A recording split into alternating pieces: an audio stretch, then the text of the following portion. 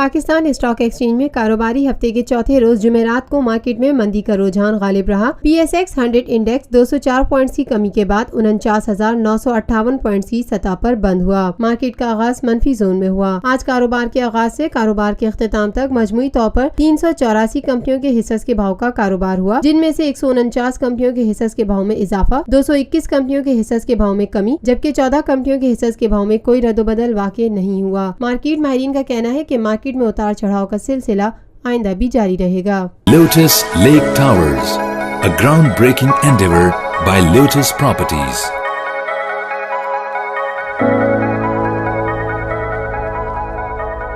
ملکی، بین الاقوامی، سماجی، سیاسی، تجارتی، ثقافتی، تفریحی، معلوماتی اور کھیلوں سے جڑی ہر چھوٹی بڑی خبر کا مرکز TNN TV۔